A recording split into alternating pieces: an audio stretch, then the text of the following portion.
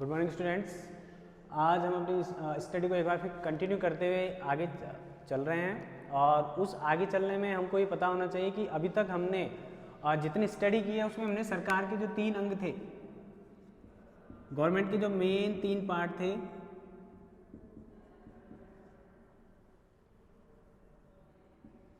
उनमें से 2 अंगों का विस्तृत अध्ययन कर लिया है, व्यवस्थापिका और कार्यपालिका, एग्जीक्यूटिव और लेजिस्लेचर। ठीक है। अब जो हमारा तीसरा जो महत्वपूर्ण अंग है वो है न्यायालय। ठीक है। वैसे तो लोकतंत्र में या सरकार के सहयोगी के रूप में या सरकार के एक सुपरविजन के तौर पर मीडिया भी चौथा स्तंभ माना जाता है, लेकिन अभी वो हमारे आउट ऑफ कोर्स है, उसको हम नहीं पढ़ेंगे। लेकिन हमें ध्यान रहना चाहिए कि कार्यपालिका, व्यवस्थापिका, न्यायपालिका और मीडिया या जिसे हम कहते हैं ये जो समाचार पत्र हैं हमारे, उनको भी सरकार में या लोकतंत्र में महत्वपूर्ण भूमिका के रूप में रखा गया। अब जब हम उसके आगे चल रहे हैं, जैसा कि हमने देखा कि हमने 2 जो महत्वपूर्ण अंग थे सरकार के या केंद्र सरकार अगर हम कहें, तो उन 2 महत्वपूर्ण अंगों की चर्चा कर ली है। अब हम उसके आगे चल रहे हैं न्यायपालिका के लिए। जैसा कि आपको ध्यान होना चाहिए कि भारत में लोकतंत्रात्मक सरकार है, वहाँ बहुमत प्राप्त सरकार तानाशाही स्वरूप धारण नहीं कर ले या तानाशाह के रूप में अपने आप को स्थापित न कर ले, इसकी व्यवस्था करने के लिए या संविधान की रक्षा करने के लिए या संविधान के अनुसार प्रशासन चल रहा है या नहीं चल रहा, इस बात का ध्यान रखने के लिए या संविधान के अनुकूल कोई प्रावधान निर्माण तो नहीं किया जा रहा है, इस बात का ध्यान रखने के लिए सुप्रीम कोर्ट की स्थापना की गई है, या हम कह दें कि सुप्रीम कोर्ट की आवश्यकता महसूस की गई है। पहले भी था। राजतंत्र की बात करें तो राजतंत्र में राजा को ही सर्वोच्च प्रशासक, सर्वोच्च कार्यपालक या सर्वोच्च न्यायाधीश के रूप में माना जाता था। लेकिन जैसे ही लोकतंत्र की स्थापना हुई और इस लोकतंत्र की स्थापना होने के साथ व्यवस्थापिका का दायित्व अलग हो गया, उसका स्वरूप अलग हो गया, कार्यपालिका का स्वरूप संगठन अलग हो गया और न्यायपालिका का स्वरूप और जो संगठन है वो भिन्न हो गया। यानी शक्ति संतुलन और पृथक्करण की जो नीति है, उस नीति को कहीं ना कहीं पालन करते हुए भारत में न्यायपालिका की स्थापना की गई है।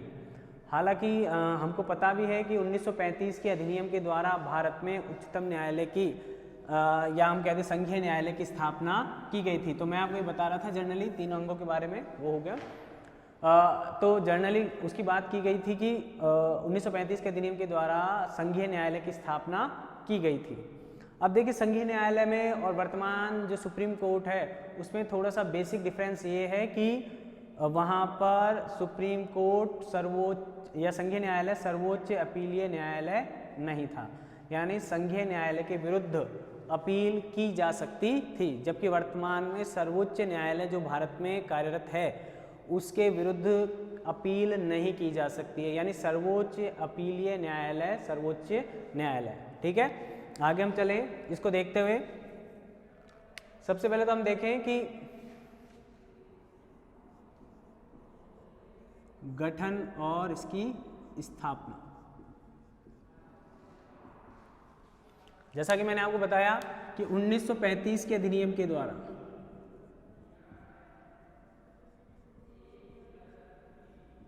भारत शासन अधिनियम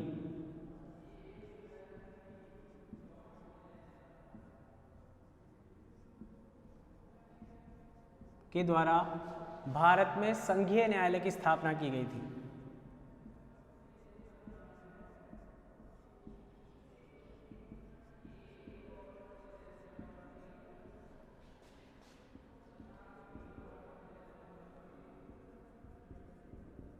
संघीय न्यायालय की स्थापना की गई।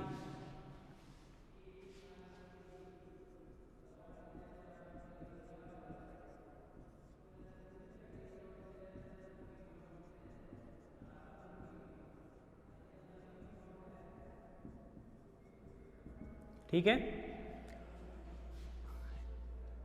स्वतंत्रता प्राप्ति के बाद, जैसा कि मैंने आपको बताया, स्वतंत्रता प्राप्ति के बाद उच्चतम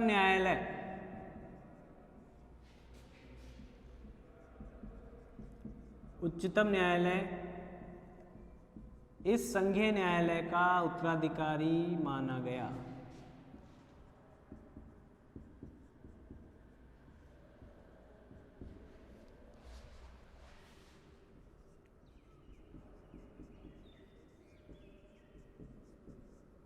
उत्तराधिकारी माना गया है, उसके रूप में उसने काम करना शुरू किया।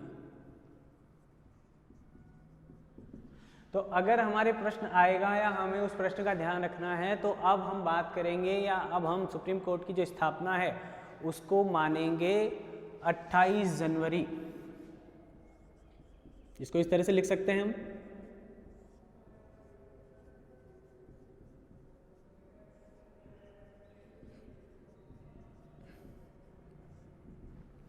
वर्तमान उच्च न्यायालय 28 जनवरी 1950 से कार्यरत है। यानी इसका नाम या उस संघीय न्यायालय को इस दिन से उच्चतम न्यायालय के नाम से जाना जा रहा है।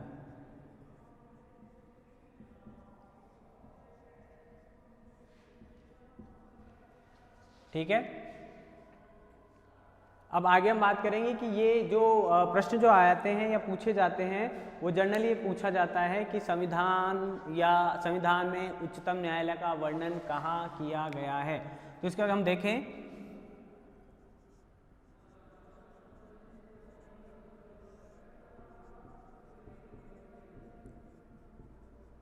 उच्चतम न्यायालय का वर्णन संविधान में, ये इसका मूल एड्रेस है और ये आपको कई जगह हेल्प भी करेगा, आपकी नॉलेज को बढ़ाने की भी बढ़ाएगा भी, उसको प्रामाणिकता प्रदान करेगा। संविधान के में भाग 5, ठीक है, और अनुच्छेद 124 से 147 तक इसका क्या किया गया है, वर्णन किया गया है। ठीक है, तो आप इसको ध्यान रखें कि आपके जो एग्जाम में पूछा जाता है, जनरली पूछा जाता है कि जैसे पूछा गया है कई बार, मैंने पहले भी इसी तरह से बताया आपको, उसमें पहले ये पूछा गया है कि मूल अधिकार कौन से भाग में है। ठीक है, और अभी वर्तमान में IAS प्री में पूछा गया था कि भाग 4 में वर्णित प्रावधानों के विरुद्ध आप सुप्रीम कोर्ट में जा सकते हैं या नहीं जा सकते, यानी कहने का मतलब है भाग 4 वाद योग्य है या नहीं। अब जनरली अगर आपको पता होता कि भाग 4 में क्या चीज़ है, किसके बारे में वर्णन किया गया है, तो आप जनरली उसका उत्तर दे देते। लेकिन अगर आपको ये ध्यान है कि सुप्रीम कोर्ट, आपको पता है सुप्रीम कोर्ट है, लेकिन अगर ये पता नहीं है कि सुप्रीम कोर्ट कौन से भाग में या किस अनुच्छेद, कौन कौन से अनुच्छेद या कहाँ से सुप्रीम कोर्ट प्रारंभ हो रहा है संविधान में, कहाँ उसका अंत है, तो थोड़ा कन्फ्यूजिंग हो जाता है। और अगर आप यहाँ ध्यान रखते हैं उसके साथ, तो आपको पता लगेगा कि भाग 5 और अनुच्छेद 124 से लेकर 147 तक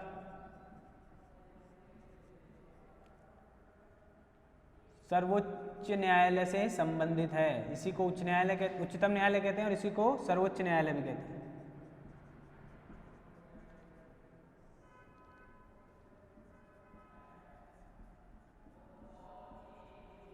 ठीक है, तो ये इसकी थोड़ी सी जानकारी हुई जो आपको बहुत काम करेगी। एक तो ये कब से काम कर रहा है, 28 जनवरी 1950, कौन से भाग में, भाग 5, और अनुच्छेद कौन से हैं इसके, अनुच्छेद 124 से लेकर 147 तक।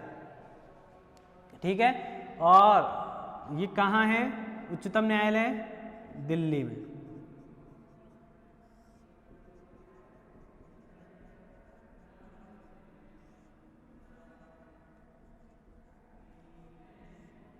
कुछ लोग ये भी यहाँ भी आ जाएंगे, तो नई दिल्ली में।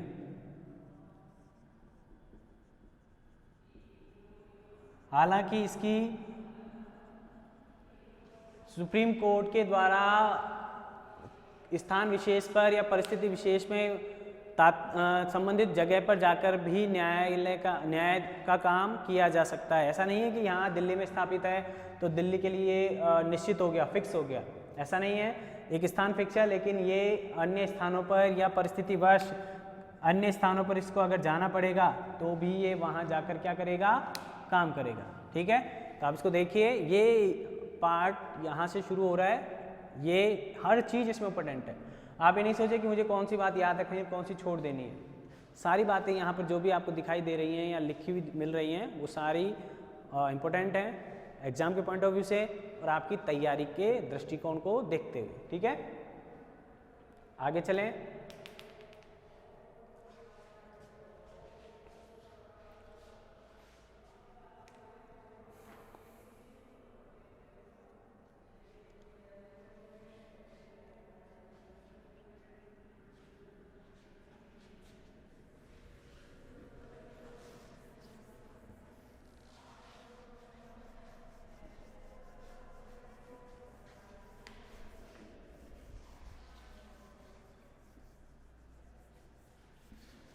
आगे देखें आप,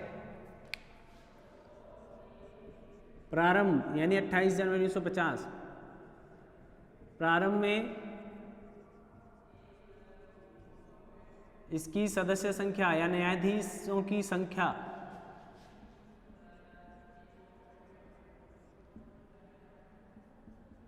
1+7।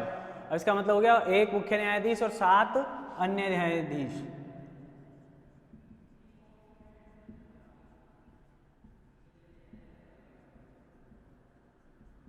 अन्य न्यायाधीश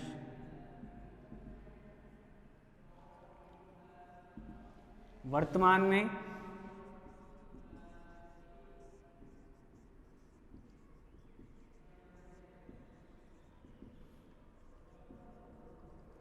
में इसकी सदस्य संख्या 1+33 है।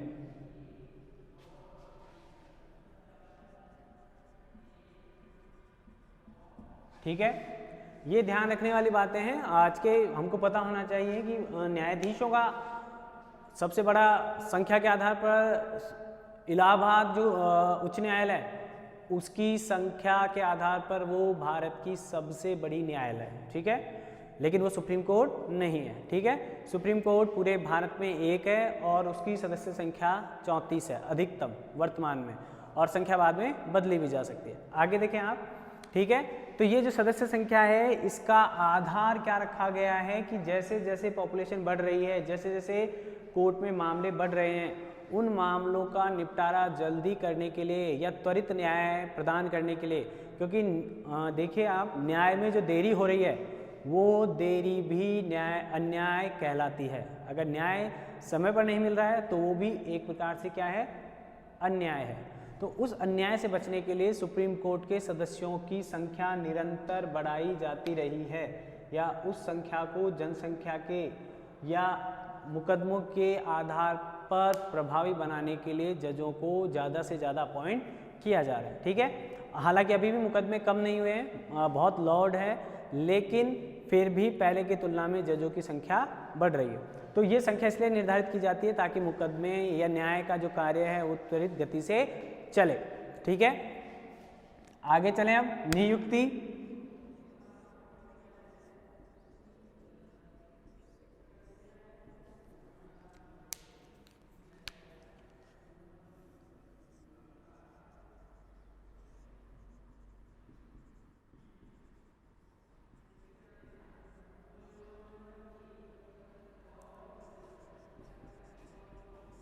भारत के मुख्य न्यायाधीश व अन्य न्यायाधीशों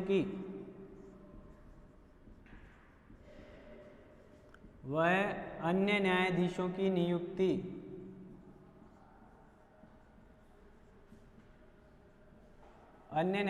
नियुक्ति राष्ट्रपति के द्वारा की जाती है।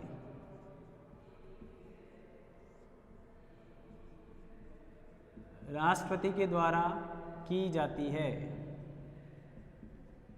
क्योंकि संविधान का जो प्रमुख है वो किसको माना गया है, राष्ट्रपति को माना गया। तो राष्ट्रपति संवैधानिक मुखिया होने के नाते जजों की नियुक्ति करने का कार्य करते हैं। ठीक है, आगे देखें। लेकिन ये ध्यान रखें कि अन्य न्यायाधीशों की नियुक्ति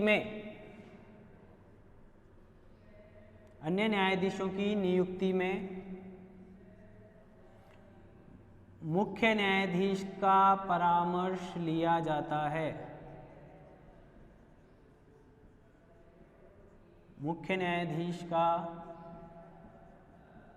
परामर्श लिया जाता है। ठीक है, और मुख्य न्यायाधीश इस मामले में परामर्श देना उसके लिए आवश्यक माना गया। ठीक है,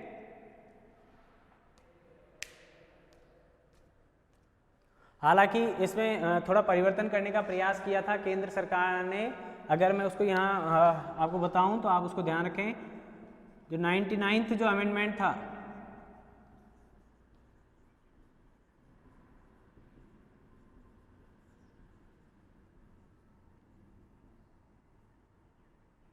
वाला जो संविधान संशोधन हुआ, उस संविधान संशोधन के द्वारा एक राष्ट्रीय न्यायिक नियुक्ति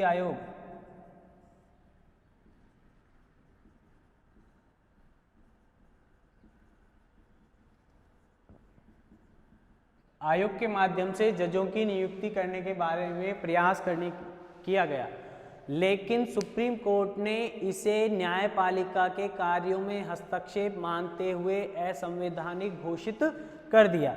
यानी केंद्र सरकार की कोई भूमिका नहीं होगी जजों की नियुक्ति में, या सरकार की कोई भूमिका नहीं होनी चाहिए डायरेक्ट जजों की नियुक्ति में।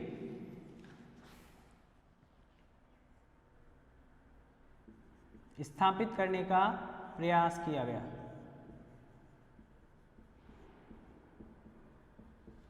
जिसे अब आप ध्यान दें इस बात को कि जिसे सुप्रीम कोर्ट ने असंवैधानिक बताते हुए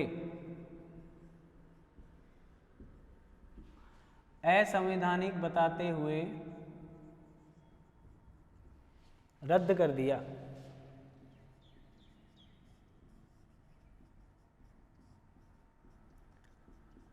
अब जज होने के नाते अगर हम देखें तो उनके आधार पर एक जज या न्यायपालिका ही ये निश्चित कर सकती है कि न्यायाधीशों की नियुक्ति किस प्रकार से होनी चाहिए।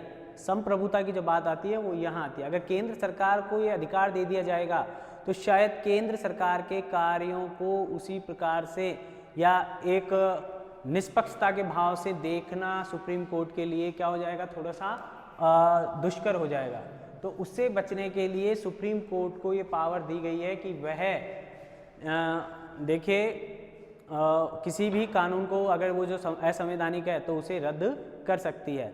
हम इसकी बात करेंगे जैसे कि हमारे संविधान न्यायपालिका से संबंधित दो बिंदु और आते हैं जो इसको सुप्रीम कोर्ट को प्रभावी बनाने के लिए काम करते हैं। जैसा कि एक तो मैंने बताया जनहित याचिका और एक न्यायिक सक्रियता। वो जो न्यायिक सक्रियता और जनहित याचिकाएं हैं वो दोनों कहीं ना कहीं सुप्रीम कोर्ट को जनहित के मुद्दों को या जनता में न्याय की स्थापना करने में सहायता प्रदान करते हैं। तो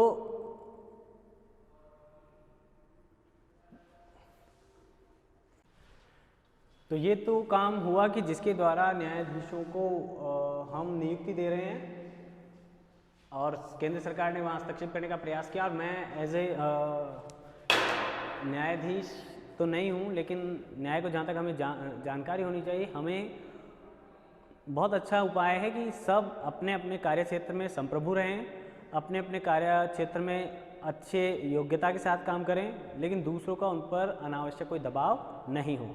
जहाँ थोड़ी बहुत अगर न्यायपालिका से असफलता रहती है, न्यायपालिका अपने उद्देश्य में असफल रहती है, वहाँ फिर संसद के द्वारा अमेंडमेंट कर दिए जाते हैं, ऐसी कोई दिक्कत नहीं है। ठीक है, वहाँ संसद को अधिकार दिया गया है कि वो अच्छे से काम कर सके। आगे देखें आप, तो फिर राष्ट्रीय न्यायिक नियुक्ति जो आयोग है उसको असंवैधानिक कर दिया गया सुप्रीम कोर्ट के द्वारा। तो अब न्यायाधीशों की नियुक्ति की जाती है। आप देखें, न्यायाधीशों की नियुक्ति करने का जो दायित्व दिया गया है वो है कोलेजियम पद्धति के द्वारा।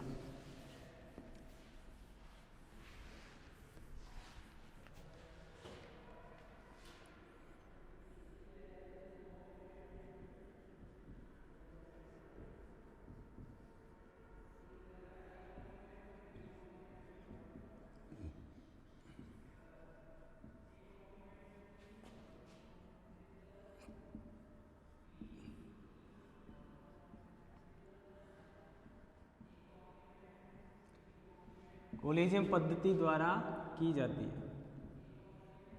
उच्चतम न्यायालय में, अभी उच्चतम न्यायालय पढ़ रहे हैं तो हम इस पर गौर करेंगे, और इसमें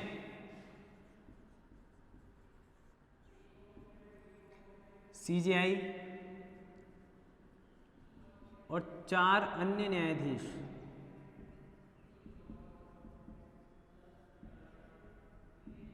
अन्य न्यायाधीशों के द्वारा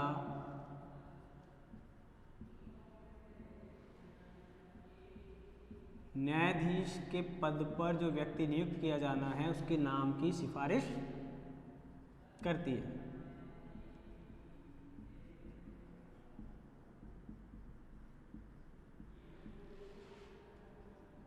और अगर वो सिफारिश मान ली जाती है तो राष्ट्रपति ही तो उसकी नियुक्ति हो जाती है, अन्यथा फिर दोबारा सिफारिश की जा सकती है। मतलब अंततोगत्वा कॉलेजियम पद्धति के द्वारा जो नाम सिफारिश किए जा रहे हैं उनमें से ही न्यायाधीशों के नाम या न्यायाधीशों की नियुक्ति की जाती है।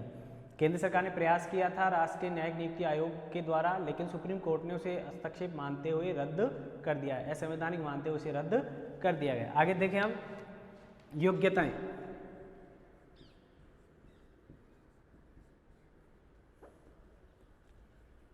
क्या क्या एबिलिटीज़ होनी चाहिए जज में, तो सबसे पहले देखें कि वो भारत का नागरिक होना चाहिए।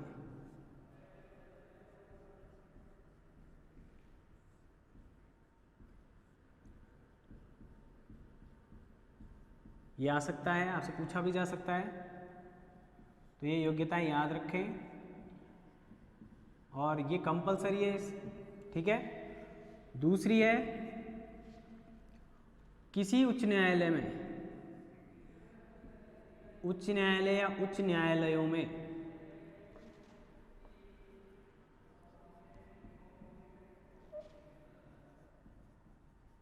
उच्च न्यायालयों में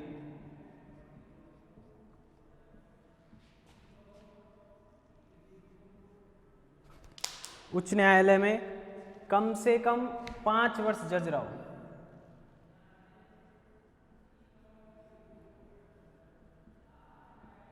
कम से कम 5 वर्ष न्यायाधीश रहा हो।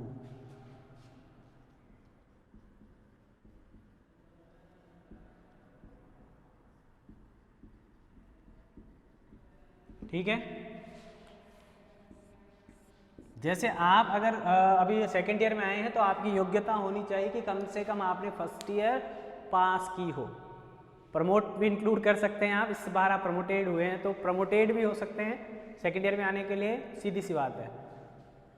और इसका मतलब आपने वो न्यूनतम योग्यता कह दें चाहे उसे अधिकतम योग्यता कह दें, वो आपके अंदर होनी चाहिए। तो इसी तरह सुप्रीम कोर्ट के जो न्यायाधीश हैं उनके लिए भी कुछ न्यूनतम योग्यताएं निर्धारित की गई हैं, ठीक है। लेकिन अब यहाँ ये ध्यान रखें कि इनमें जो योग्यता है वो ऑप्शनल है, ठीक है। दूसरी जो योग्यता है उसमें ही योग्यता क्या रखी गई है, ऑप्शनल रखी गई है।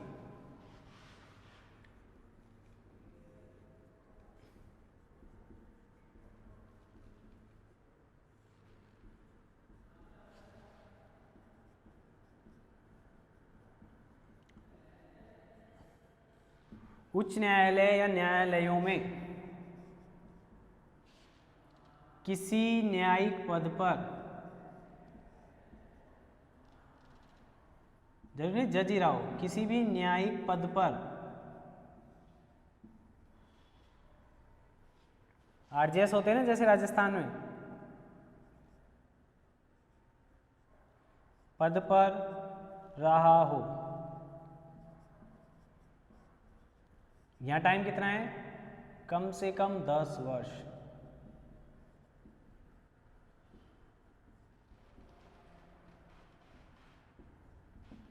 ठीक है, ये ध्यान रखें 5, यहां इसको ध्यान रखें आप, यानी इन दोनों में से कोई एक योग्यता उसके अंदर रहनी चाहिए। अब जैसे हम कहते हैं वकील भी रह सकता है, वकील, अधिवक्ता,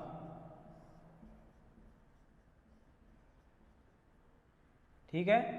अब न्यायिक पद का मैं इसलिए कह रहा हूँ ताकि आपको ध्यान रहे, वकील भी अगर कोई व्यक्ति 10 साल तक रह लेता है, अभी आप देखेंगे अभी कल परसों एक खबर आई थी न्यूज़पेपर में कि सुपर हायर स्केल में कुछ न्यायिक अधिकारियों का प्रमोशन किया गया है, जज नहीं बने वो, लेकिन उन न्यायिक अधिकारियों का क्या कर दिया गया है, प्रमोशन कर दिया गया है। सुपर टाइम स्केल जो होती है, मुझे भी नहीं पता है क्योंकि मैं गवर्नमेंट कर्मचारी नहीं हूँ, शायद जो है उनको पता होता है, अनुभव के आधार पर प्रमोशन, फिर उससे भी ऊपर की एक स्केल, फिर उससे ऐसा इस तरह का कोई सिस्टम है, उस सिस्टम में पहुंचे हैं। तो अब वो क्या कर सकते हैं, वो जज बनने की योग्यता उनमें आ गई है, यानी उन्हें जज बनाया जा सकता है, बनाया जाएगा, ये कंपलसरी नहीं लेकिन बनाया जा सकता है, यानी उनमें एक एबिलिटी आ गई है और वो जज के लिए अप्लाई कर सकते हैं। ठीक है, तो ऐसे हम भी बात करें, लेकिन उसमें कम से कम कितना बोल रहे हैं हम, 10 वर्ष का, टोटल 10 वर्ष का उसके पास क्या होना चाहिए, कम से कम अनुभव होना चाहिए। ठीक है, आगे चले।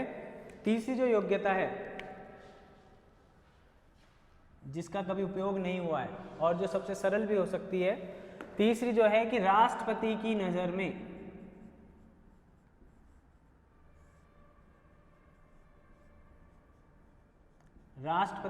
में अच्छा कानूनविद,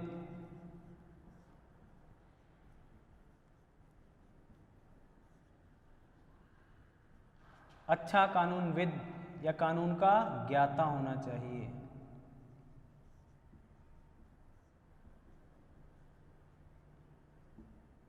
ठीक है, यानी इनडायरेक्टली अगर इसको 3 न कहकर इसी का पार्ट मान लिया जाए सेकंड का, यानी इन तीनों में से एक भी योग्यता अगर पाई जाएगी तो वह ये कंपलसरी है, और दूसरी वाली में 3 ऑप्शन आपको उपलब्ध करवाए गए हैं। अगर आप भारत के नागरिक होने के साथ साथ किसी उच्च न्यायालय में कम से कम 5 वर्ष तक न्यायाधीश रहे हों, ठीक है, ये है लगातार, ठीक है, और ये है कुल का मतलब है टुकड़ों में।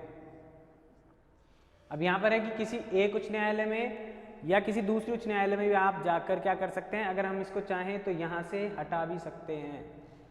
अगर लगातार की बात करेंगे तो सिर्फ किसी एक उच्च न्यायालय में, ये प्रश्न पूछा गया है तो ये ध्यान रखें आप, उच्च न्यायालय में अगर आप जा रहे हैं तो आपके पास कम से कम 5 वर्ष का क्या होना चाहिए, लगातार अनुभव होना चाहिए एज ए जज, तब आप सुप्रीम कोर्ट के न्यायाधीश बनने की योग्यता रखते हैं। ठीक है, यानी आपका नाम कॉलेजियम के आधार पर सिफारिश करने योग्य हो जाता है। दूसरी जो शर्त है उसमें 3 शर्तें इंक्लूड की गई हैं।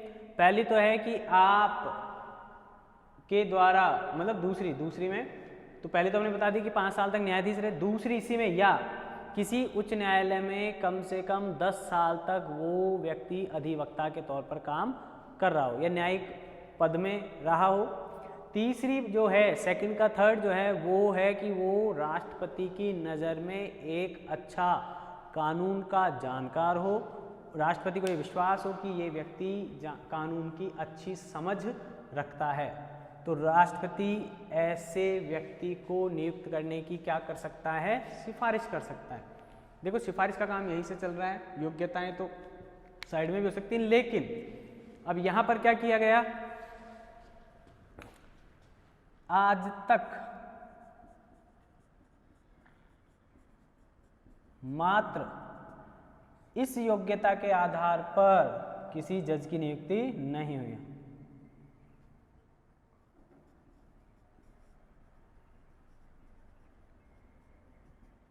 मात्र इस योग्यता के आधार पर, यानी ये और ये, किसी जज की नियुक्ति नहीं हुई है। ठीक है, तो ये बात ध्यान रखिए कि ये रखी गई है लेकिन इसका प्रैक्टिकली अभी तक प्रयोग नहीं किया गया। तो आपको ध्यान रखना है कि जज की क्या योग्यताएं होनी चाहिए। आगे चलते हैं। ठीक है, कॉलेजियम में ये जो हैं जज, ये संख्या ध्यान रखें 1+4, तो 5 लोग सिफारिश करेंगे आपके न्यायाधीश बनने की।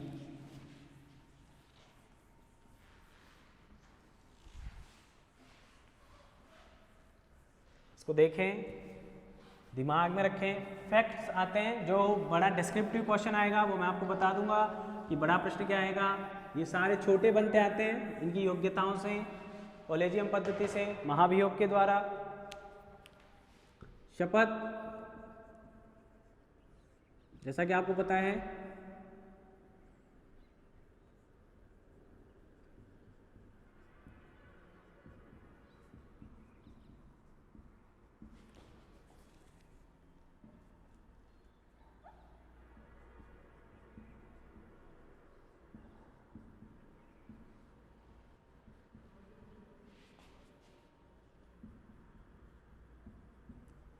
राष्ट्रपति द्वारा दिलाई जाती है।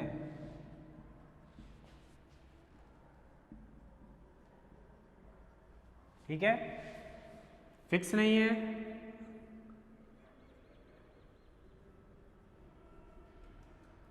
कभी राष्ट्रपति द्वारा नियुक्त व्यक्ति भी शपथ दिला सकता है। राष्ट्रपति द्वारा नियुक्त या निर्देशित व्यक्ति भी, ये एक्स्ट्रा चीज हो गई जो आपको पता है, उसके अलावा शपथ दिला सकता है।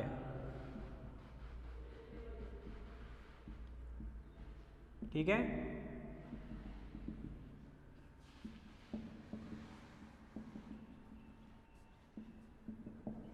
क्या कर सकता है? राष्ट्रपति के द्वारा नियुक्त किया गया व्यक्ति भी क्या दिला सकता है? शपथ दिला सकता है।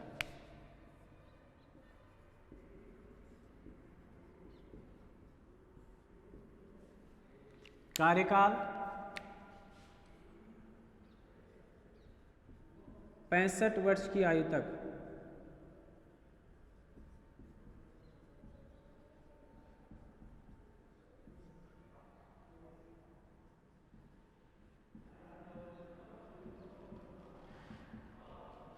पद पर रह सकता है। ठीक है, लेकिन अब इसके अलावा क्या हो सकता है? राष्ट्रपति क्या कर सकता है? ये मतलब मुख्य न्यायाधीश या अन्य न्यायाधीश जो हैं त्यागपत्र दे सकते हैं। पद खाली होने का मतलब हो गया, ऐसा नहीं कि त्यागपत्र दे सकता है। कोई भी न्यायाधीश क्या दे सकता है? 65 वर्ष की आयु निश्चित है, लेकिन उसके अलावा क्या दिया जा सकता है? त्यागपत्र दिया जा सकता है। और त्यागपत्र के अलावा जो व्यवस्था की गई है वो है कि महाभियोग के द्वारा भी राष्ट्रपति को क्या राष्ट्रपति के समान ही जो प्रक्रिया है उसको महाभियोग नहीं कह सकते हैं। ठीक है, राष्ट्रपति से मिलती जुलती ही प्रक्रिया के द्वारा सुप्रीम कोर्ट के न्यायाधीश को क्या किया जा सकता है? हटाया जा सकता है।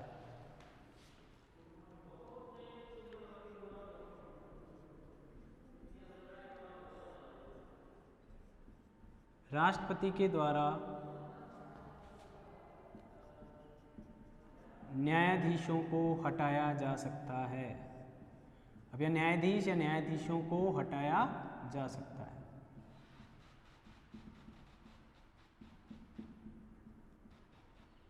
ठीक है, अब आपको पता ही लग गया होगा, या तो वह अपने पद का पालन करने में सक्षम नहीं है या किसी तरह का कदाचार का उन्होंने आचरण किया है, तो उस कदाचार के आचरण के आधार पर उन पर कार्यवाही की जाएगी। और उस कार्यवाही को भी देखते हैं आगे। तो आप ये ध्यान रखिए कार्यकाल कितना रहता है? वैसे तो फिक्स है, 65 वर्ष की आयु तक वो व्यक्ति अपने कार्यकाल को पूरा कर सकता है, लेकिन उससे पहले वो त्यागपत्र दे सकता है या फिर उसे राष्ट्रपति के द्वारा हटाया भी जा सकता है। लेकिन वो किन परिस्थिति में, वो देखते हैं आगे। जो जो बातें इंपॉर्टेंट है वो देखते चल रहे हैं हम, और इसके बाद हमारे जो लॉन्ग क्वेश्चन बनने वाले हैं वो भी हम बात कर लेंगे। देखो, न्यायाधीश का होना जरूरी है और एक निष्पक्ष न्यायाधीश ही प्रजा की अपेक्षाओं पर सरकार की कसौटी पर उसको कसेगा। ठीक है, एक प्रजातांत्रिक सरकार है, वो तानाशाही न बन जाए, इसके लिए ध्यान रखा जाएगा।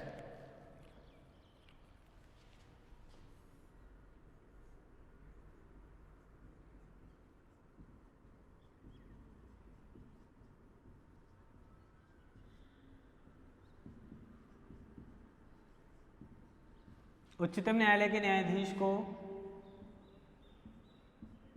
कदाचार या असमर्थता के आधार पर हटाया जा सकता है।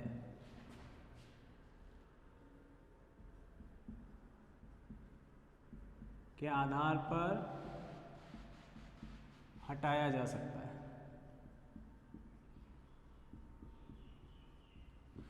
ठीक है, किसान ये प्रूव करने के लिए विशेष बहुमत किसकी आवश्यकता पड़ेगी? विशेष बहुमत की। और विशेष बहुमत क्या हो गया? सदन की सदस्यता का बहुमत, सदस्यता का बहुमत उपस्थित हो, ठीक है, प्लस उपस्थित एवं मतदान करने वाले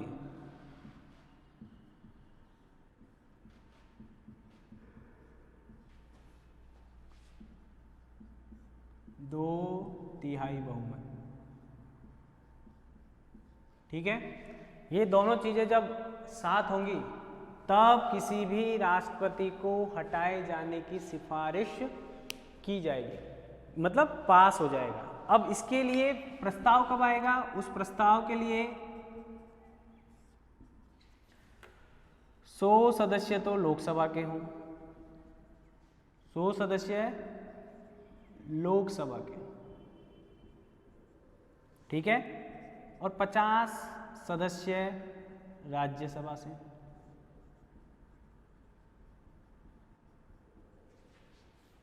कैसे हैं सदस्य? ये ध्यान रखें, न्यूनतम, ज़्यादा की कोई लिमिट नहीं है। हालांकि 542 से ज़्यादा और 245 से ज़्यादा तो वैसे भी नहीं होंगे, 545 से ज़्यादा और 245 से ज़्यादा न्यूनतम सदस्य संख्या या न्यूनतम प्रस्तावक कह दें हम तो और भी अच्छा हो जाएगा। कम से कम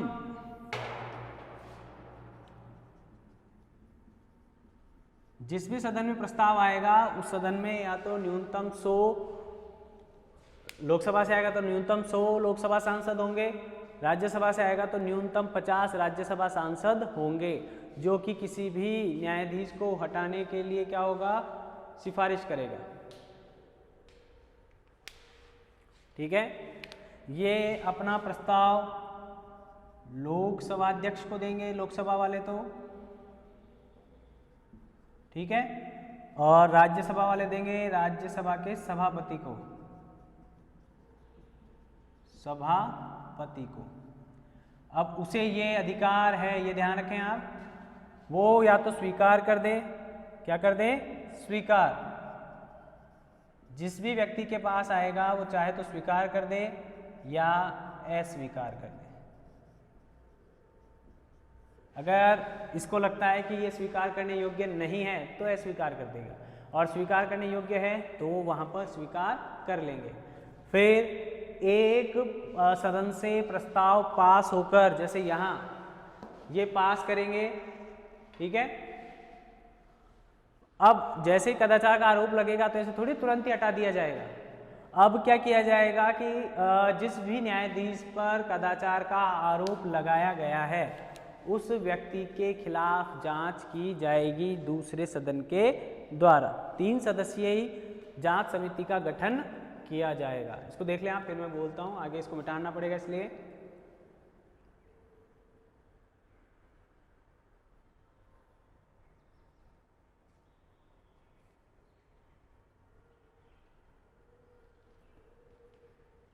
ठीक है, यहां तक ध्यान रखें आप, स्वीकार या अस्वीकार कर लिया हमने।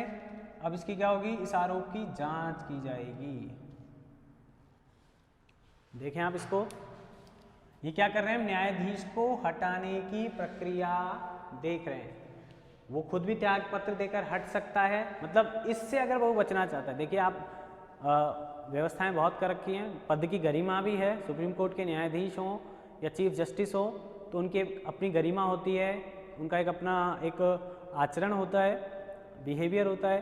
तो न्यायाधीश क्या करते हैं, जैसे ही अगर इस परिस्थिति में फंसते हैं या वो किसी प्रकार का कदाचार करते हैं, असमर्थ हो जाते हैं, भ्रष्टाचार कर जाते हैं, तो वो पहले भी त्यागपत्र दे देते हैं, या किसी अन्य परिस्थिति में त्यागपत्र दे देते हैं, ऐसा नहीं है कि इसी में दें, लेकिन इससे बचने के लिए वो पहले भी त्यागपत्र दे सकते हैं। यानी दो तरीके हैं कि मुख्य न्यायाधीश या न्यायाधीश अपना कार्यकाल पूरा नहीं कर पाते, त्यागपत्र के द्वारा या फिर महाभियोग के समान प्रक्रिया के द्वारा उनको हटाया जा सकता है, या वो खुद भी त्यागपत्र देकर हट सकते हैं। तो हम इसमें चल रहे हैं कि आधार मैंने बताया कदाचार या असमर्थता, विशेष बहुमत अभी काम आएगा।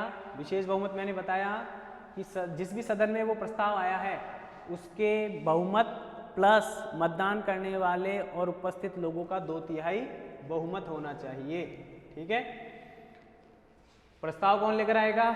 लोकसभा में आ रहा है तो 100 लोकसभा के सांसद, और राज्यसभा में आ रहा है तो 50 राज्यसभा सांसद उस प्रस्ताव को लेकर आएंगे। उसे स्वीकार या अस्वीकार करने का उन सदनों के अध्यक्षों को अधिकार दिया गया है। अगर वो अध्यक्ष स्वीकार कर लेते हैं तो आगे प्रक्रिया बढ़ेगी, और वो अगर अस्वीकार कर देते हैं तो ये मामला वहीं पर समाप्त कर दिया जाएगा। तो मैंने जैसे ही बताया कि जो भी सदन इसको स्वीकार करेगा तो फिर इसकी जैसे ही स्वीकृति मिलती है तो इसकी क्या की जाएगी? जांच की जाएगी कि जो आरोप लगाए गए हैं वो सही है या नहीं। जांच 3 सदस्यीय समिति करती है, सदस्यीय समिति करती है, जो भी ग्रुप बनाए गए हैं वो। उसमें कौन कौन है? एक तो CJI, एक हाई कोर्ट का चीफ जस्टिस, और एक व्यक्ति न्यायविद यानी न्याय या कानून का जानकार होता है। ठीक है, ये तीनों मिलकर उन आरोपों की क्या करेंगे? जांच करेंगे, और अगर जांच में वह व्यक्ति दोषी पाया जाता है, जांच में वो न्यायाधीश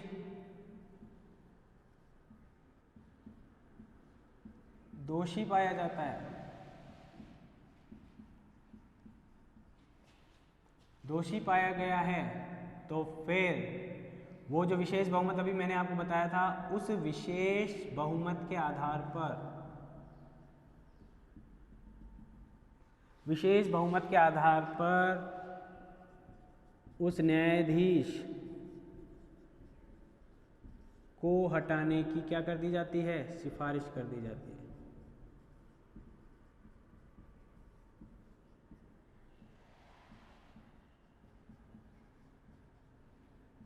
ठीक है, और जिस दिन ये सिफारिश की जाती है उसी दिन से वो व्यक्ति क्या कर दिया जाता है? हटा हुआ मान लिया जाता है, उसके पद से उसको हटा हुआ मान लिया जाता है। ऐसा प्रावधान भारतीय संविधान में किया गया है। हालांकि ये भी ध्यान कर लें, आज तक किसी भी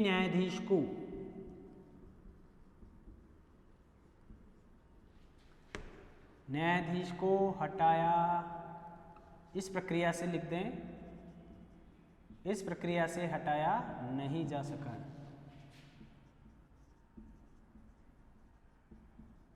हटाया नहीं गया है। क्योंकि जो भी सरकार सत्ता में होती है, लाने का प्रस्ताव लेकर आती है, तो कई बार विपक्षी दल उस प्रक्रिया से अपने आप को क्या कर लेते हैं? अलग कर लेते हैं, या फिर मैंने आपको बताया कि वो न्यायाधीश स्वयं ही क्या कर देता है? इस्तीफा दे देता है। और जब इस्तीफा दे दिया तो आगे की वो प्रक्रिया क्या हो जाती है? स्वतः ही समाप्त हो जाती है। ठीक है, वी रामास्वामी के लाया गया था, लेकिन वी रामास्वामी 91-92 में, तो ऐसी परिस्थिति में क्या किया गया था कि कांग्रेस के द्वारा इस प्रस्ताव से अपने आप को अलग कर लिया गया। ठीक है, तो आप ये ध्यान रखें कि न्यायाधीशों को हटाने की प्रक्रिया आसान नहीं है, और इस प्रक्रिया की इतने डिफिकल्ट होने के कारण आज तक किसी भी जज को इस प्रक्रिया के अंतर्गत हटाया नहीं गया। नौबत आई, लेकिन उस व्यक्ति ने पहले ही क्या दे दिया? इस्तीफा दे दिया, और इस्तीफा देने के साथ ही वो प्रक्रिया समाप्त हो गई। ठीक है, और यहाँ पर ध्यान रखें कौन नियुक्ति देता है? राष्ट्रपति। तो हटाता भी कौन है? राष्ट्रपति।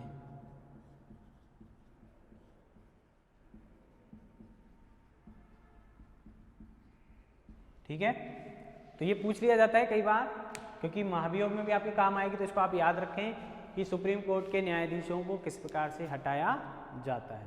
आगे चलें, अब देखें, इसका ध्यान रखें। कौन, ये प्रश्न भी आया हुआ है कि कमेटी में कौन कौन लोग शामिल होते हैं। प्रतिष्ठित न्यायाधीश का ध्यान रखें आप।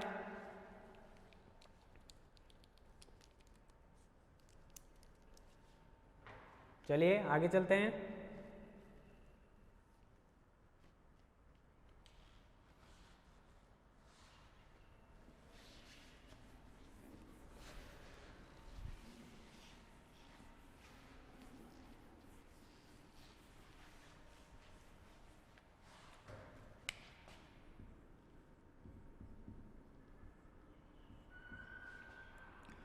वेतन, सुप्रीम कोर्ट के न्यायाधीश को वेतन दिया जाता है संचित निधि से, ये याद रखें, संचित निधि से। सेकंड, वेतन, भत्तों, पेंशन और जो भी आर्थिक लाभ हैं उनका निर्धारण किया जाता है संसद के द्वारा। यानी वेतन कौन निर्धारण करता है इनका? संसद। समय समय पर संसद के द्वारा किया जाता है। ठीक है। अब जैसा कि आपको पता है कि जो आर्थिक आपातकाल लगता है उसके दौरान कम किया जा सकता है, लेकिन उसके अलावा किसी परिस्थिति में इनका वेतन कम नहीं होगा एक बार पद पर जो व्यक्ति बैठ गया है। इस बात का ध्यान रखें। वित्तीय आपातकाल में 360 में जो आता है, वित्तीय आपातकाल के दौरान न्यायाधीशों के वेतन और भत्तों में कमी की जा सकती है, उसके अलावा नहीं।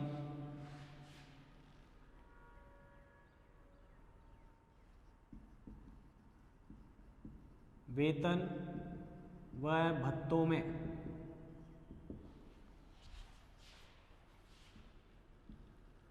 कमी की जा सकती है।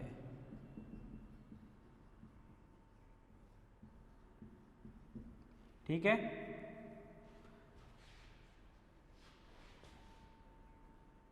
सीजीआई का वर्तमान में वेतन है लगभग 2.80 लाख पर मंथ। ठीक है। और अन्य जो न्यायाधीश हैं, अन्य न्यायाधीश का वेतन है 2.50 लाख। अब इसके साथ मैं वहाँ भी बता दूंगा, यहाँ भी ध्यान रखें। अन्य न्यायाधीश सुप्रीम कोर्ट के और सीजेआई, या मैं कह दूं मुख्य न्यायाधीश, सीजेआई तो नहीं कहूँगा, मुख्य न्यायाधीश हाई कोर्ट के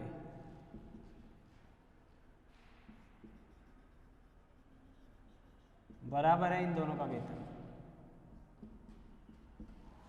ठीक है, ये ध्यान रखें आप। तो ये वेतन हो गया इनका। कौन पूछा जाता है, ये मुख्य बात पूछी जाती है यहाँ से, यहाँ से या यहाँ से। ठीक है, तो इसको ध्यान रखें आप। आगे चलते हैं फिर।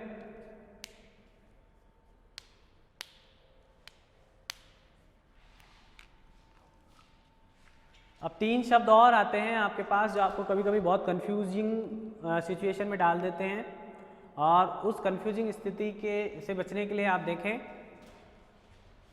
ये ध्यान रखते चलें, इतना कोई भारी चीज़ नहीं है, पूछी नहीं जाएगी बड़ी डिटेल में। ये जितना मैं बता रहा हूँ उस तरीके से ही पूछी जा सकती है, पूछी जाएगी तो। ठीक है, आगे देखें आप। 3 शब्द आते हैं, कार्यकारी मुख्य न्यायाधीश,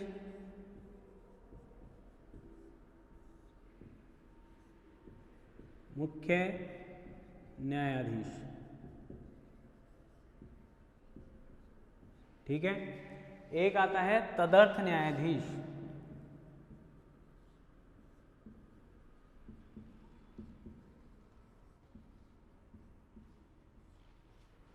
और एक आता है सेवानिवृत्त न्यायाधीश, यानी रिटायर्ड जो जज होते हैं।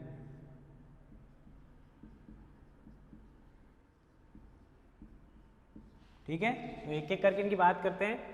कभी कभी ऐसी परिस्थिति होती है कि मुख्य न्यायाधीश जो है वो उपस्थित नहीं होते हैं। तो ऐसी स्थिति में जैसे हम कहते हैं कि शासक या सिंहासन कभी भी खाली नहीं रहता, तो ऐसे मुख्य न्यायाधीश की जो सीट है वो कभी भी क्या नहीं रहती है, खाली नहीं रहती है। तो ऐसी परिस्थिति से या ऐसी परिस्थिति में जो परिस्थिति बनती है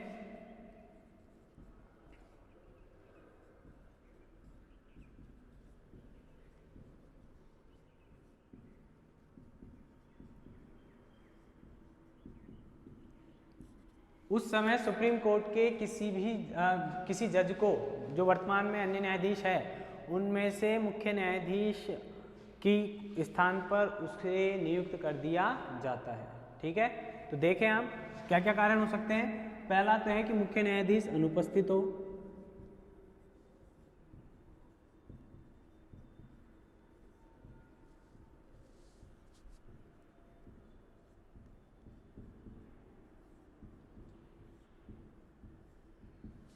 ठीक है। दूसरा है कि वो कहाँ गए हों, नियुक्ति नहीं किए जा रहे, मतलब उनका पद खाली हो। यहां पर तो क्या है कि पद है लेकिन अनुपस्थित है। मुख्य न्यायाधीश का पद खाली हो, ठीक है। कई बार अचानक भी हो जाता है, डेथ होने की वजह से या किसी अन्य कारण से, तो ऐसी स्थिति में हम पहले से उसको नियुक्त करके नहीं रखते हैं। ठीक है, और दूसरी बात है कि वो अपना पद का कार्य ढंग से नहीं कर पा रहा हो। मुख्य न्यायाधीश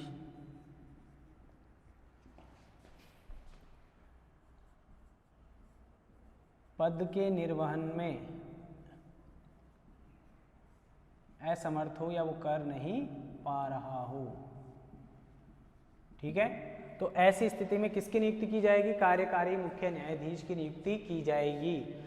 अब आगे क्या हो सकता है कि या तो इसी को मुख्य न्यायाधीश बना दिया जाए, मतलब मैं ये बताना चाह रहा हूं कि इसका जो कार्यकाल है ये कब तक होता है कि ये तब तक काम करेगा, या तो इसे मुख्य न्यायाधीश बना दिया जाए या मुख्य न्यायाधीश की नियुक्ति होने तक ये व्यक्ति देश के मुख्य न्यायाधीश के रूप में क्या करेगा, कार्य करेगा।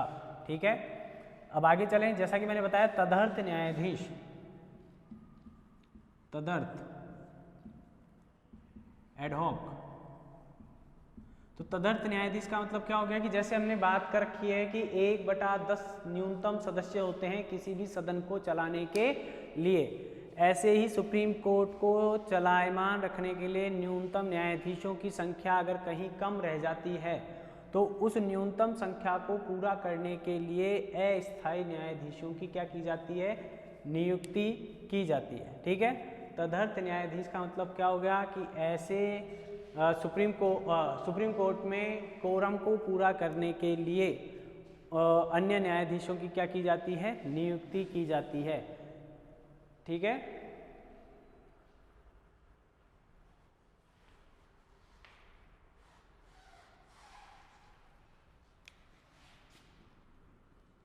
सुप्रीम कोर्ट में कोरम का मतलब होता है न्यूनतम संख्या। कोरम पूरा करने के लिए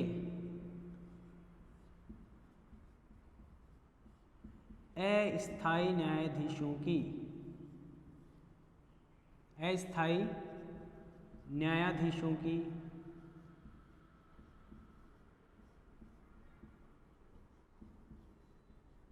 नियुक्ति, ठीक है, किया जाना। ऐसे न्यायाधीश क्या कहलाते हैं, तदर्थ न्यायाधीश। ठीक है, इनकी योग्यताएं जो हमने पहले बात की थी वो ही योग्यताएं इनमें होनी चाहिए। ऐसे व्यक्ति को जिसको तदर्थ न्यायाधीश बनाया जाना चाहिए उसमें सुप्रीम कोर्ट का जज नियुक्त किए जाने की क्या होनी चाहिए, योग्यताएं होनी चाहिए। ठीक है, इसका कार्यकाल तब तक ही रहेगा जब तक कि वो कोरम पूरा करने के लिए स्थायी न्यायाधीशों की नियुक्ति नहीं हो जाती है। ठीक है, तब तक वो कार्य कर सकते हैं। अब जो तीसरा है वो है कि सुप्रीम कोर्ट के जो सेवानिवृत्त न्यायाधीश हैं क्या उन्हें कार्य करने के लिए नियोजित किया जा सकता है। तो इसका मतलब एक बार आप सेवानिवृत्त हो गए तो आपकी नियुक्ति पुनः सुप्रीम कोर्ट में की जा सकती है। ऐसा कोई स्पष्ट प्रावधान नहीं है कि सेवानिवृत्त न्यायाधीशों की नियुक्ति नहीं की जा सकती। हालांकि सेवानिवृत्त न्यायाधीशों के अन्य कार्य वकालत करने या किसी अन्य प्रकार से न्यायिक कार्य करने पर प्रतिबंध है, लेकिन सेवानिवृत्त न्यायाधीशों को सुप्रीम कोर्ट में नियुक्त किया जा सकता है। ठीक है, तो इनके अनुच्छेद पूछे नहीं गए हैं, कई बार पूछ लिए भी जाते हैं, लेकिन आपके जो एग्ज़ाम है ये सेकेंड ईयर उसमें इस प्रकार से अनुच्छेदों को पूछा नहीं गया है। लेकिन आप अगर अनुच्छेदों के साथ इसको पूरा करेंगे तो बहुत फ़ायदेमंद होगा।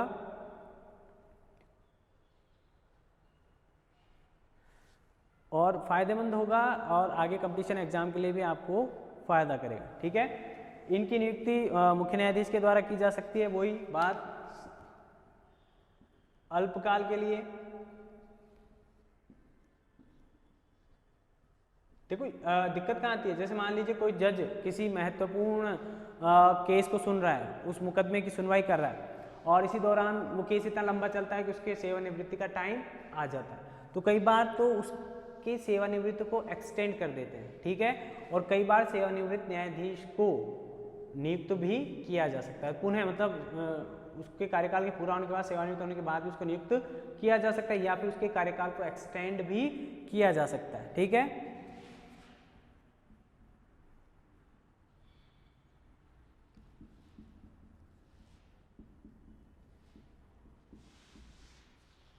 यहाँ भी सिफारिश लगेगी सुप्रीम कोर्ट जज की।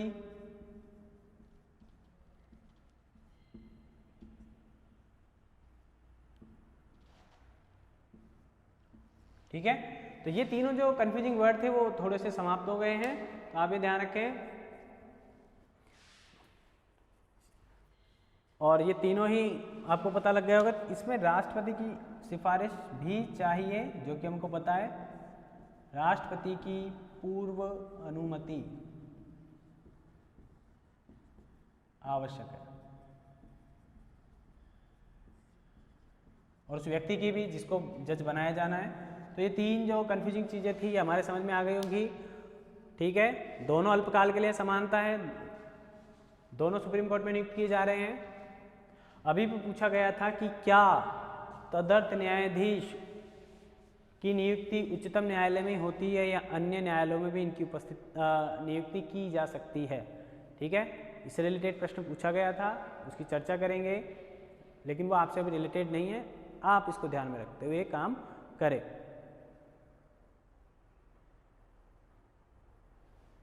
आगे चले,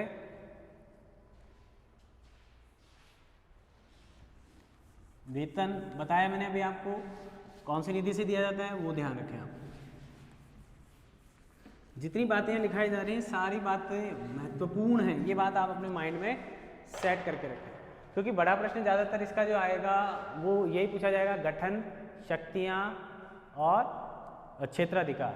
इन तीनों को मिलाकर एक बड़ा प्रश्न आपके लास्ट एग्जाम्स में आ चुका है, लास्ट ईयर के एग्जाम्स में, सेकेंड ईयर के, तो वो हम फिर करेंगे। लेकिन उससे पहले हमको छोटी छोटी जो जानकारियाँ हैं या जो छोटे शब्दों में आ सकते हैं, 20 से 25 शब्दों में, या हटाने की प्रक्रिया पूछी जा सकती है। भारत का सर्वोच्च न्यायालय सुप्रीम है या नहीं, संप्रभुता है या नहीं, ये प्रश्न भी पूछा जा सकता है। या भारत के न्यायपालिका को आप किन आधारों पर संप्रभु मान सकते हैं, ऐसा भी प्रश्न पूछा जा सकता है। आगे देखें, ये सब चीज़ें फिक्स हैं।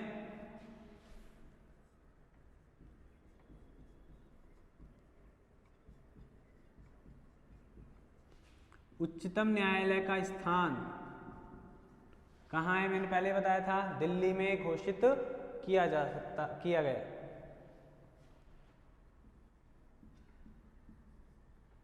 और मैंने यहाँ ये लिखा था, संविधान के द्वारा या संविधान में घोषित किया गया है। ठीक है, और सुप्रीम कोर्ट कितने होंगे, कहीं से पूछेंगे तो सुप्रीम कोर्ट एक ही है। ठीक है, लेकिन राष्ट्रपति की अनुमति से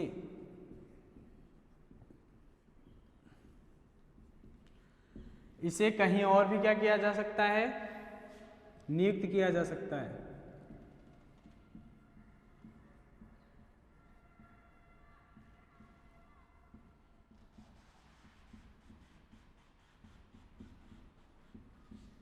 ठीक है, आगे चले।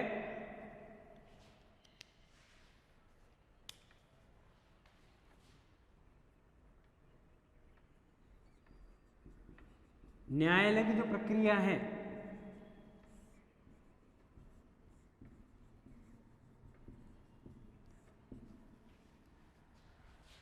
संसद की मंजूरी मिलने के बाद ही सुप्रीम कोर्ट अपने लिए नियम कायदे कानूनों का निर्धारण कर सकता है कि किस तरह कौन से वादों का या विवादों का संचालन किया जाएगा। ठीक है, यानी सुप्रीम कोर्ट को अनुमति मिलने के बाद वह खुद नियम कायदे कानून क्या करेगा, तय कर सकता है।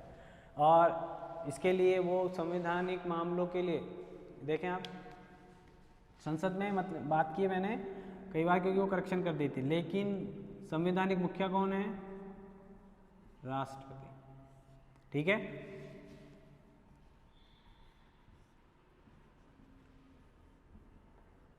राष्ट्रपति की स्वीकृति के बाद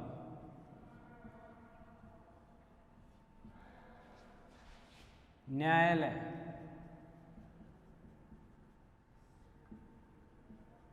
अपने नियम, शर्तें व प्रक्रिया का निर्धारण कर सकता है।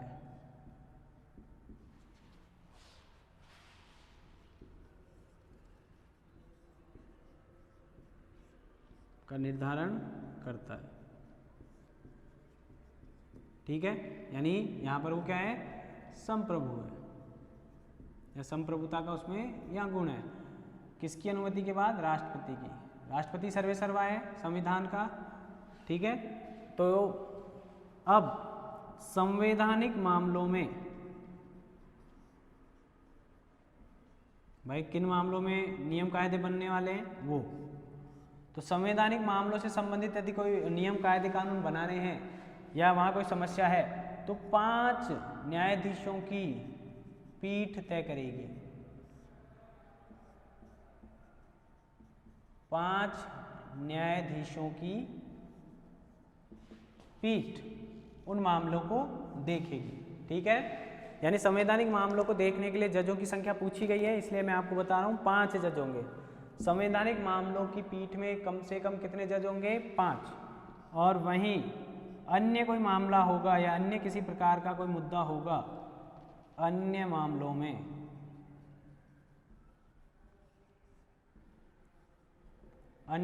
में 3 न्यूनतम सुप्रीम कोर्ट के न्यायाधीश होंगे।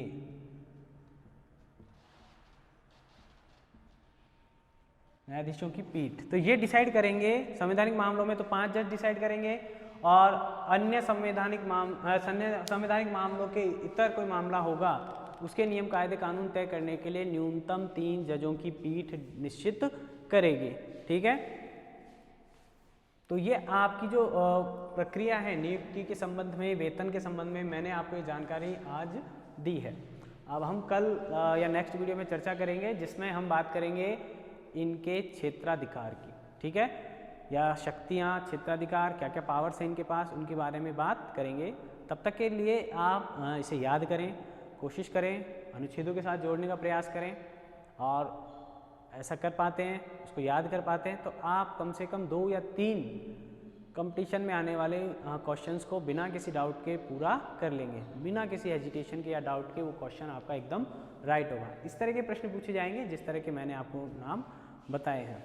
आप 1-2 वर्तमान न्यायाधीश का नाम देखें, पहले न्यायाधीश का नाम देखें, और एक जिन पर जैसे रामास्वामी का नाम लिया मैंने, वी रामास्वामी का, उनका ध्यान रखें। तो और उसके अलावा सबसे लंबा कार्यकाल किस न्यायाधीश का रहा, ऐसा भी देखें। तो ये 2-3 प्रश्न जब आप देख लेंगे तो सुप्रीम कोर्ट से आने वाले किसी भी प्रश्न के द्वारा आपको किसी भी प्रकार का कोई कन्फ्यूजन नहीं होगा, और आपकी अच्छी तैयारी होगी। आप खुद भी कुछ चीज़ ऐड करेंगे तो वो आपको याद करने में सहायक होगा। सारी चीज़ें यहाँ उपलब्ध होंगी, तो वो होता है ना, करके दे देते हैं तो उपलब्ध हो जाता है तो उसका उतना आनंद नहीं आता। और जब करके, खुद करके हम कोई चीज़ सीखते हैं तो एक तो अमिट हो जाती है, हम भूलते भी नहीं उसको आप।